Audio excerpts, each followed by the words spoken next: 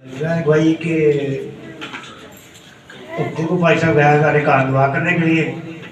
जब उन्होंने दुआ कर ली तो दुआ के बाद मैं क्या बशा मेरे ना पाँव में ना जलन बड़ी हो रही है 4-5 दिन तो बड़ा परेशान है। भाई साहब उस टाइम हथ रखो पैर से इन्हें कहते हथ रख के मेरे दुआ की खुदावन ने मैंने बरकत दे दी। उस तो बाद वो जलन नहीं हुई। थैंक यू जी। दुआई आपने सुनी। लिखा जी मेरे पाँव के अंदर क्या थी वो फिर एक गाली याद आ गई जलन तो कईयां दे ऐसे की होती है जलन। आ चंगा क्यों कर दे आ चंगा क्यों पा के आई इन्हीं अंज क्यों किया उन्हीं अंज क्यों किया ऐसी जलन दुआई आगे आ जाए जलन रहती है। मैंने कहा कि आप अपने उस हिस्से में उस बॉडी पर पाँव के हिस्से में हाथ रखें। हम दुआ करते हैं ईमान रखते हैं कि जलन नहीं होगी। यीशु का कर्म हुआ जलन यीशु के नाम से चलेगी। हालेलुया जी। इसी का जिंदा बरकत नाम है आप सबको सलाम। मेरी गवाही कुछ यूँ है कि मेरी शादी को ना 9 से 10 माह हो गए थे तो मेरे पास बरकत नहीं थी। तो कुछ लोग कहते थे कि अगर ज़्यादा देर हो जाए तो समटाइम नहीं भी खुदा सुनता है, ठीक है। तो मैं पास्टर साहब से जब चाची ने मुझे बताया कि आप चर्च चलें खुदा आपको बरकत देगा, मैं रूटीन में चर्च आना स्टार्ट किया। पास्टर साहब से दुआ करवाती थी, वो भी घर आते थे दुआ करते थे। मैंने 1 या 2 जगह से मेडिसिन भी ली दुआ के दौरान ही, लेकिन फिर भी ना जैसे मेरा ईमान नहीं था मेडिसिन पे। मैं खाती भी थी लेकिन फिर भी ना मुझे यकीन नहीं होता था।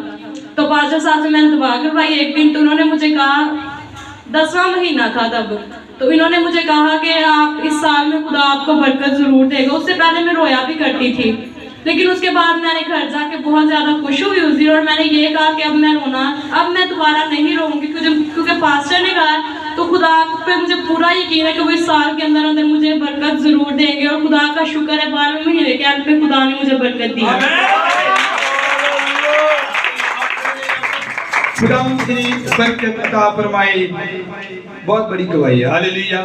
और मैंने कहा था इस साल खुदा आपको बरकत देगा। तो साल का एंड का महीना चल रहा था, यीशु ने बरकत दिया, हमने कुछ नहीं किया। हालेलुया। आइए दाना हाथ इसकी तरफ बढ़ाएं। जो बरकत मिली है दाइम और कायम हमेशा इस बदन में रहे। आइए मुकम्मल तौर पर एक दफा फिर से इस बच्ची को आज इसी मसा में खुदा के नाम में छुपा देता हूँ। खुदा बाप, खुदा बेटे, खुदा रूहुल कुद्दूस, इस बड़ी गवाही के लिए, इस बड़े मौजज़े के लिए जो तूने इनकी जिंदगी के अंदर बर्पा किया है। खुदावंदी तेरा खादम होने के नाते मैं तेरी बेटी को, अपनी बहन को तेरे नाम में छुपाता। तूने हमारे अल्फाजों की कदर की, तूने हमारी दुआओं का जवाब दिया।